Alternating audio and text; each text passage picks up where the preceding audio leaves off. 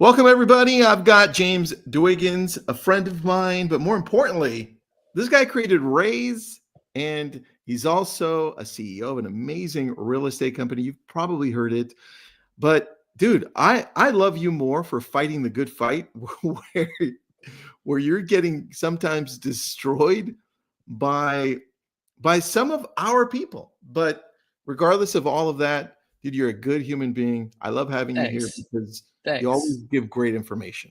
Thanks. I appreciate that. Trying to do what I can to make sure the industry thrives and doesn't get monopolized by certain individuals. So, what's up, Gary? I see Gary's in the chat. Yeah, what's up, It's always Gary? fun. Everyone, let us know what city and state you're from or what country. I know we've got some people in Europe, Canada, Mexico. So let us know where you're joining from and where you're watching, and then we'll get started. James, what do you have for us today, man? Yeah, so I've been obviously talking about a lot of the changes in our business and the threats and the things that are happening. So I thought I would share a little bit about Fintech's latest moves into residential real estate. Just quick backstory for those that you don't know me. I'm third generation. I've been in real estate my entire life. Grandfather started his company in 1967. Both my grandparents, both my parents were brokers, worked for their companies. So I've literally been in this business. I am an SOB. I'm a son of a broker. So I've seen a lot of threats, Tristan, over the course of my career about our industry. Quote, lions over the hill. For those of you who've been in the business long enough, you've heard that terminology.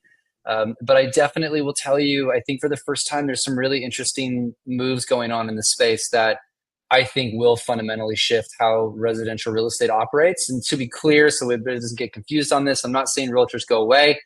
What I am saying is the current role and how we do things is going to shift. And so what I thought I would do for a few minutes is just show a little bit about where Fintech is, the moves that have been made in the space between Rocket, Movoto, Bayview, most of you don't even know, a little bit about what their plans are. I actually have had the opportunity to see Rocket's new consumer portal and what they're doing to incubate the homeowner over that 8 to 13 years, which is where I think the biggest threat to what we do will come from.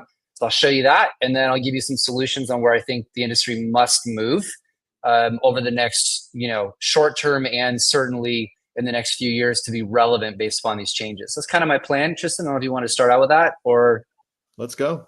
Let's go. Okay, let me go and pull this baby up. Share what you got. Let me make sure, Tristan, give me a thumbs up that you can see this. Got it. So, see it, buddy. All right. All right. So look, I'll start out with this. This is a quote from. This is essentially the background of what Rocket's move has been into the space. You all know they acquired Redfin. There's also been an acquisition of a company called Mr. Cooper. What I'm showing you is some slides from their investor presentation that I think is very telling about what they're looking to do. And again, I'm not ragging on Rocket, just for context. I want to just give insight into what major players are doing in the space.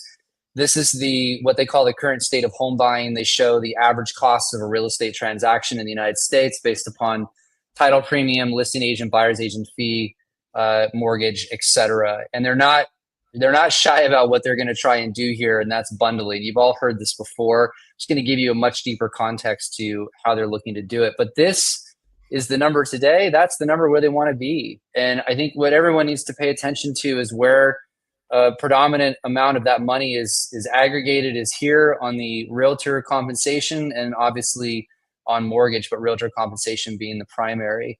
So to get this number down to 20, there's going to have to be shaving of these fees. This is the evolution of a closed ecosystem that Rocket's building. I'll show you some other players doing the same thing, but through the acquisition of Redfin, they've got obviously one of the largest portals in the United States. They're doing rentals. They've got brokerage, financing, obviously through Rocket, title and closing through Rocket and Redfin both had title businesses, and then loan servicing, which is, in my opinion, the sort of holy grail of what they're trying to do. This is the part that I think people miss. Everyone's been talking about the acquisition of Redfin, and while it's important and I'm not degrading anything to do it, I don't really care about that as much as what they're planning to do around here. So you've got this major mortgage company. You've got now this up funnel move into generating business from real estate consumers. At the top of the funnel, they're going all the way up. And then this part here where you're servicing the customer over the course of that loan. This is where it gets very interesting. And they're not shy about what they're wanting to do here. So you take the 62 million monthly visitors, you originate the loan, you're obviously now servicing these clients, this 9.5 million clients that are being serviced. 1 out of every 6 mortgages in the United States is serviced by Mr. Cooper, now by Rocket, and they're targeting an 83% recapture rate.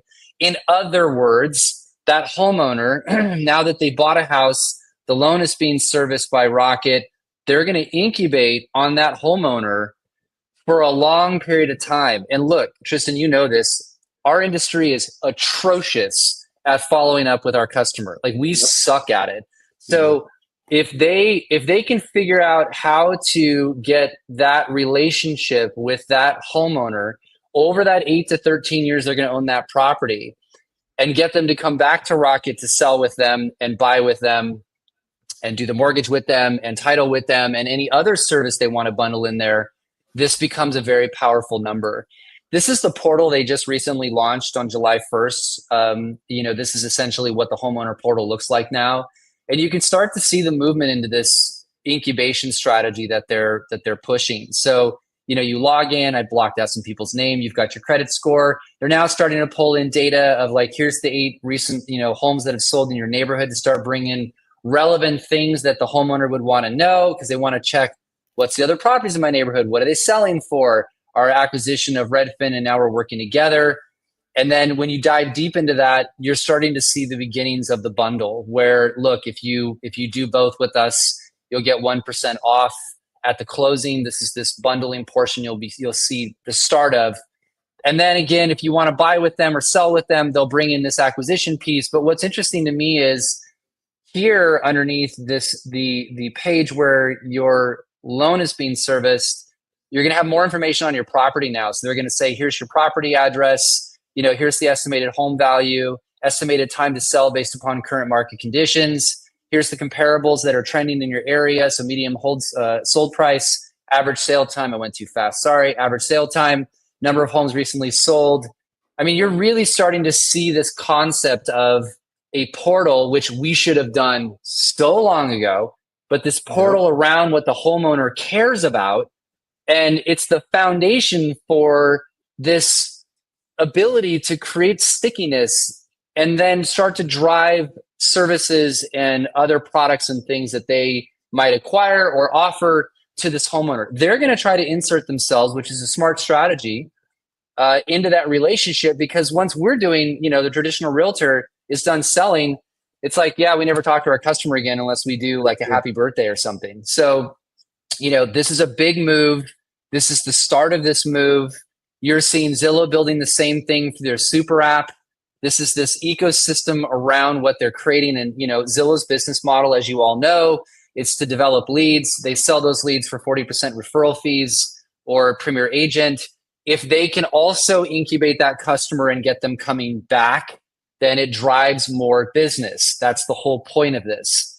And then you've seen this movement even with, Lower buying Movoto. So now you've got another mortgage company that's bought another real estate portal, not as well known one, but certainly in the top 10, that movement up funnel.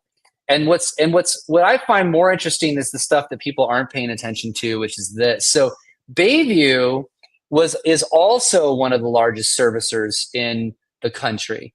And so most people don't know them. They have additional entities like Lakeview is their servicing portfolio. And they're servicing billions of dollars worth of real estate as well.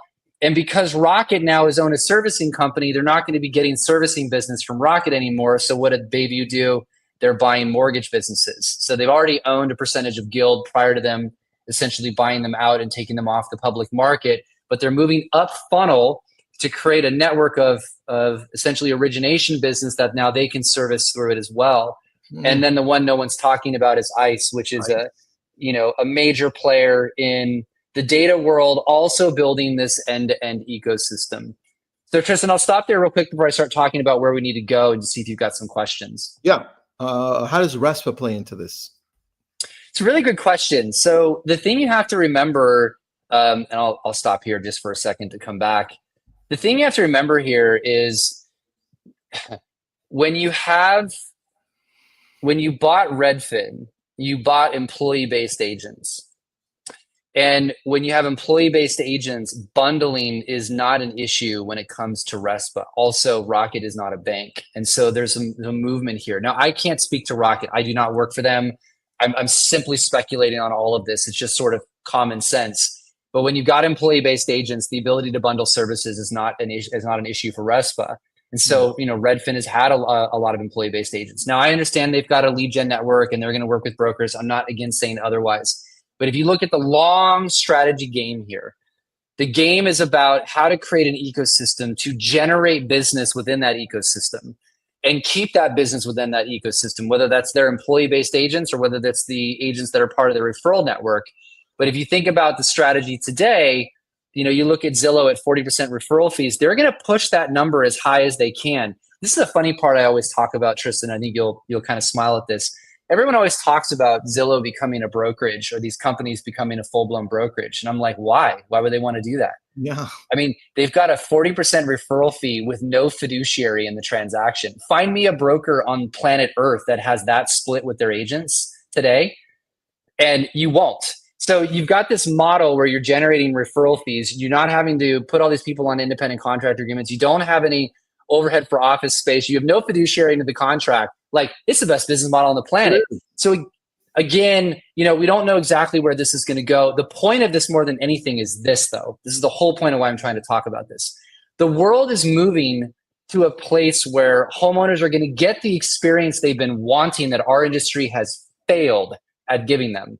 We have done a horrible job of creating a mechanism for staying in touch with our clients over that life cycle of home ownership.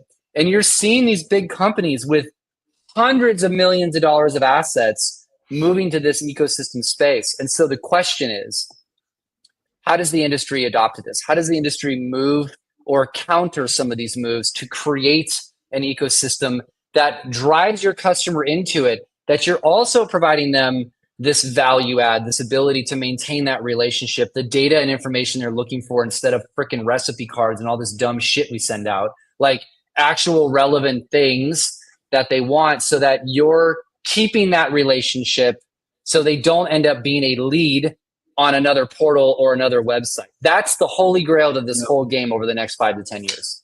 Yeah, and I think just based on what we've seen and how these companies progress, as you and I remember when Zillow started, I don't know that they're there yet or that they know how this is going to work eventually, because they're going to tweak it until it actually does work and something hits.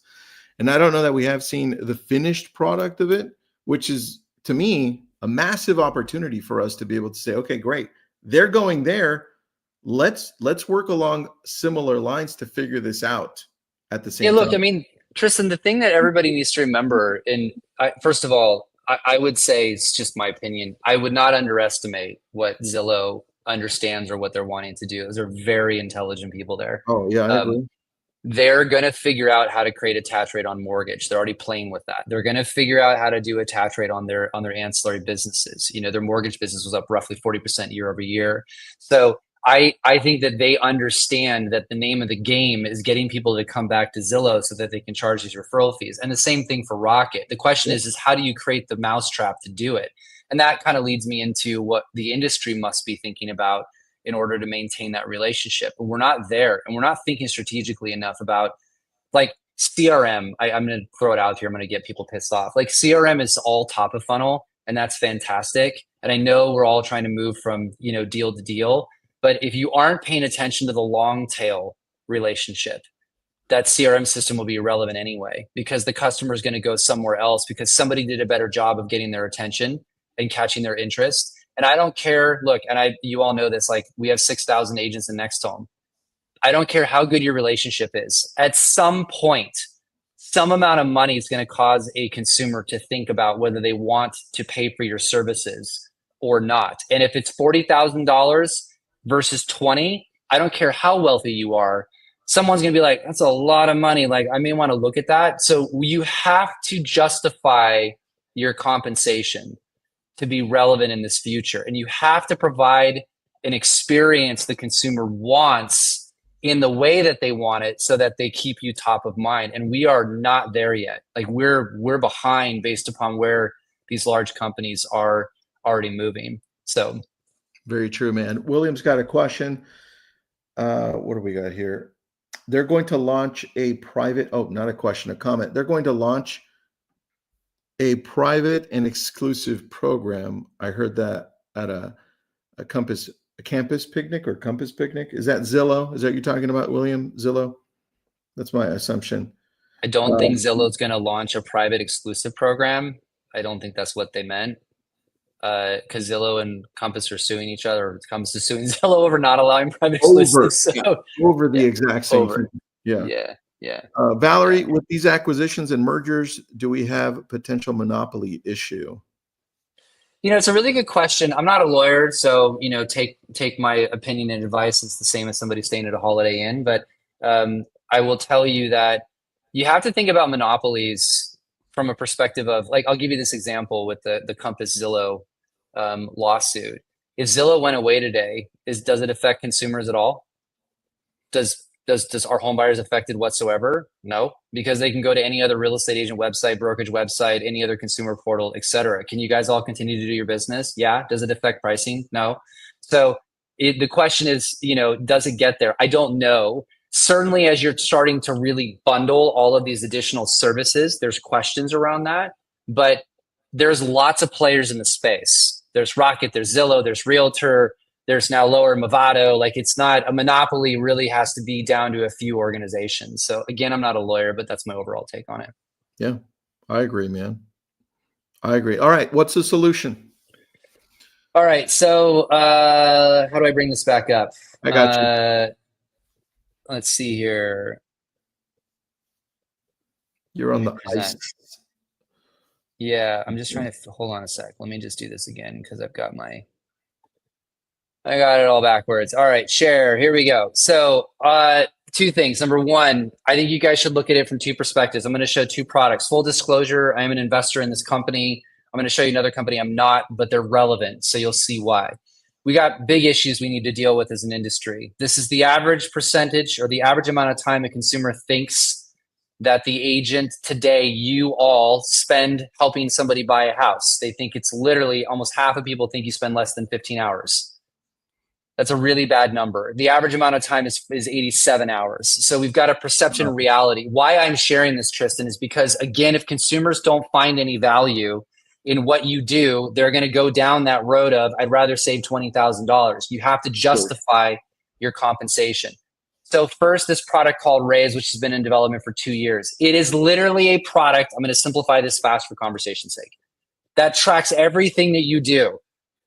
How long you work with somebody, your drive time, your mileage to an appointment, how long you were at an appointment, how long your phone calls were, like everything you do around a customer and working with them. It builds this beautiful experience and provides three things. One is an incredible presentation, both buy and sell side, to articulate the 130 things that happen on a real estate transaction. It does this digital, just gorgeous layout of how to articulate that through each step of the process, every single milestone, and all the outcomes that occur.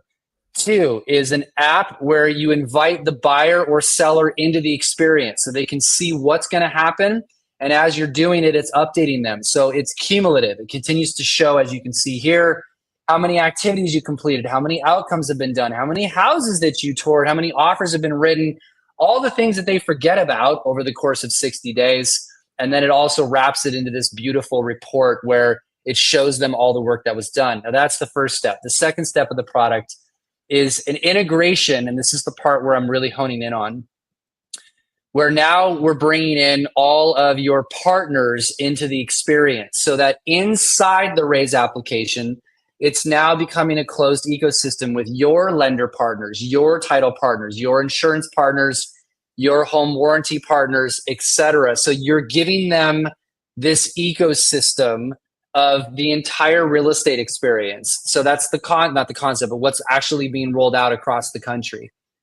The second part, and this is not Raise, but I want to highlight this or other companies, is there's products out there like this one that I really love that you all should be adopting today.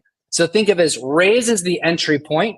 You're building this experience to articulate value, clearly articulate what you charge and why, provide this Uber-fied experience for the consumer. And then when the deal closes, instead of it just landing nowhere where you're not touching the customer again, you push them into this product called homeowner.ai, which I love. There's a couple versions of a couple different companies like this. But what this becomes, Tristan, is this portal. It's a portal for the seller to have their lender, their title rep, everybody that was part of the process in the system. It's literally what candidly Rocket and everybody else is trying to build, but it's been built, only it's around you. So you're providing your homeowner, telling them when they need to change the air filters, telling them when they need to get stuff serviced. Every single detail about that property is in this platform, with you being the guide of that homeownership experience, with all of your partners in there, so that you're incubating that customer over that 8 to 13 years, so that when they think about selling again, they're already thinking about you. They're inside your system. There's an MLS search in there. So it's all designed around how you articulate value to get the fee you're worth, build that ecosystem around the experience with your partners, and then push them into this follow-up mechanism. So you have this gorgeous portal around you, your partners, and your clients. This is how you guys have to start pushing back with this process. This is how you're going to create your own ecosystem. The technology's there. The question is have you started to deploy it? Have you started to think about it from that perspective? Because your biggest competitors out there are going to be these billion-dollar companies trying to remove you from that experience to control it. But you have an ability now to build the same thing. How fast, if I sign up for Raise, how fast do I get onboarded and how do I use it? Yeah, you go basically sign up today. The team will onboard you. There's webinars and training and videos and all of that stuff. And then Milestones is the CEO is a good friend of mine. They have a beautiful product. Same thing. You can go to Milestones and get signed up as well.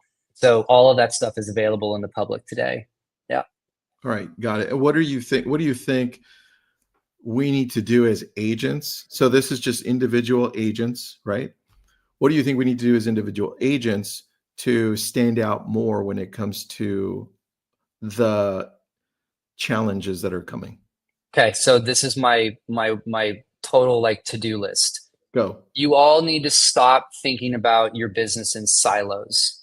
You need to get way, way, way closer with your lender. You need to get way closer with all of your partners. I candidly think when you're doing presentations with buyers, for example, your lender should be there. You should be talking about financing options with them. What's going to make sure a loan gets closed, what's going to cause things. The more you consult, Tristan, I'm a big fan of this. We have got to get back to doing consults, for the love of God. You can't just do things without sitting down and nurturing that relationship. So I think the closer you can start to build a stronger ecosystem and relationship around your partners is the first step. The second step, get used to articulating value very clearly. This is an incredibly important comment I'm going to make. People only find value in the things that they can tangibly see.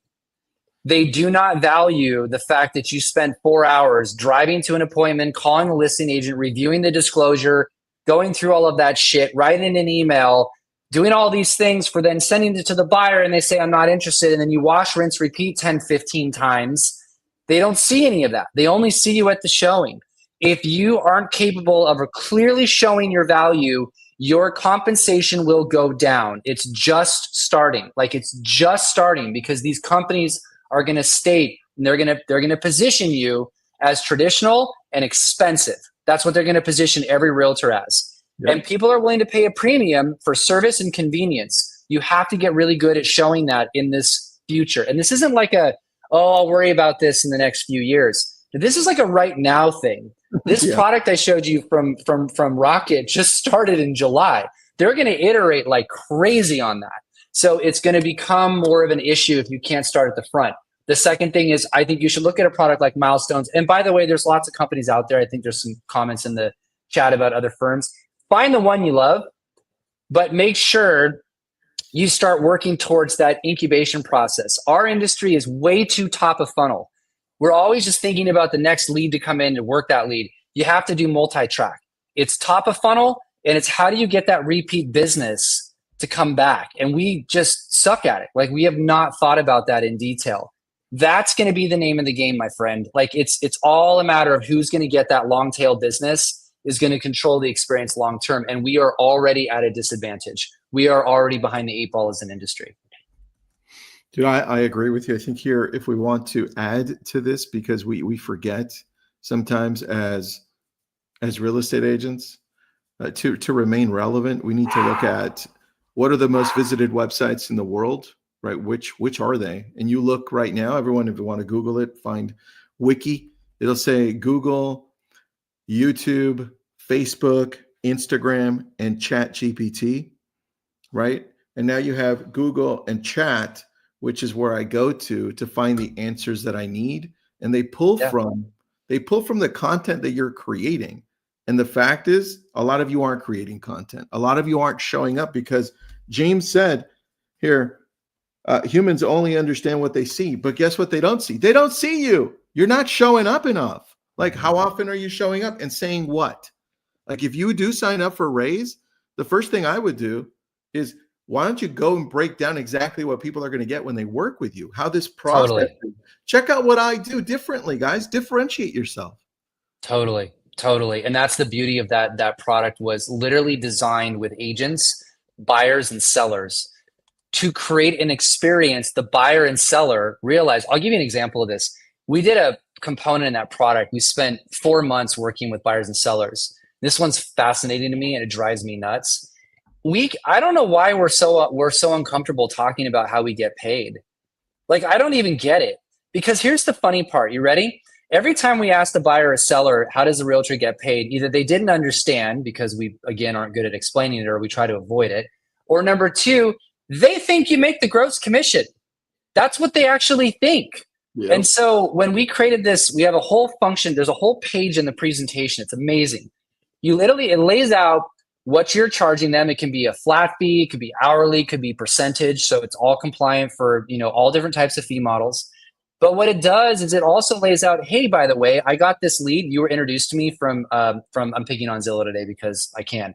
So you were introduced to me from Zillow. Well, they don't know that you had to pay a 40% referral fee. We lay that out. And the buyer's like, wait, what?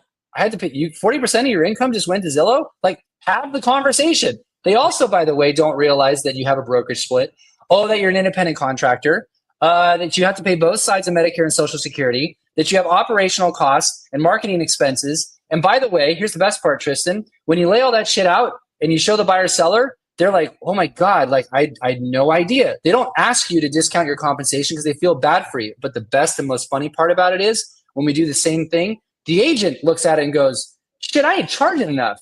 Yeah. Like, I'm not making enough money because we're going to show you how many hours that's in there on average that you're working. Yep. The average realtor is making $50 an hour. Wow. Let that sink in for a sec. Yeah. It's not nearly what you think, especially when a referral fee is 40%. Well, then you got 60% left. You're going to give 10% or whatever the number is to your broker. Then you got 50% left. And you got to give 20% of that to the federal government. Then you got operational taxes. If you live in California, you got to give 10% to the state. Like, you don't make shit, but everybody thinks you made the gross. So like, if you don't articulate very clearly what it is, people are going to make assumptions. And that's what the consumer is doing every single day. If you show them what you do, they'll actually love and respect you and be like, damn, like, I didn't even know. I didn't realize you were going to spend 120 hours working with me. I had no idea. I thought you just opened doors and wrote a contract. Yeah, you bring up such a good point. And I would do this, James, if you guys are going to be open about it when you're doing a presentation, I would get the hour. Let's say you said 87 hours. So on average, you don't have to show hours, by the way. Yeah. You just say how many hours you work it to yourself, put it into ChatGPT, have it break down all the costs. Say, hey, I'm an agent in this state and this is my split. And it would just break down everything for you so you could see how much you actually net and make per hour, and then use that. Yeah, and that's the same functionality that's there if you want that. So it's been really fascinating to build a product that gives the agents the confidence to ask what they're worth, feel strong about that, and push back. And what we're finding is consumers don't actually push back anymore because as soon as you show them what you do, they're like, I just had no idea. I feel like an asshole even asking you to discount your compensation. So Yeah. So that's my pitch, man. That's like, I want to give you guys some insight on where things are, what's happening with fintech. I think, by the way, you're going to see more moves in the space. You're going to see people move top of funnel. The game over the next 5 years is all about how you retain that relationship with your customer so they come back to you and not end up somewhere else. If you can't solve that, you're going to have real problems with your business in the future. So agreed. Everyone, please thank James here. He is, I'm going to just show really quick because you took the time to do this. Let me grab this. He's the co-founder, founder of Raise. Can you all see my screen, James? Can you see my screen? yeah, I can. Thank you. Perfect. And he didn't ask me to do this, but I'm going to do this anyway. So thanks, man. I appreciate it. Please, everyone, go check out Raise. Just click contact, fill your information out, and you can take a look at the very amazing, cool thing they've built over there, and they're still adding to it. So thanks so much, man. I appreciate your time. And everyone else. Appreciate you, buddy. Great Thanks, job. everyone. Appreciate it. Dude, good job, bro. That was killer. I ended, there we go.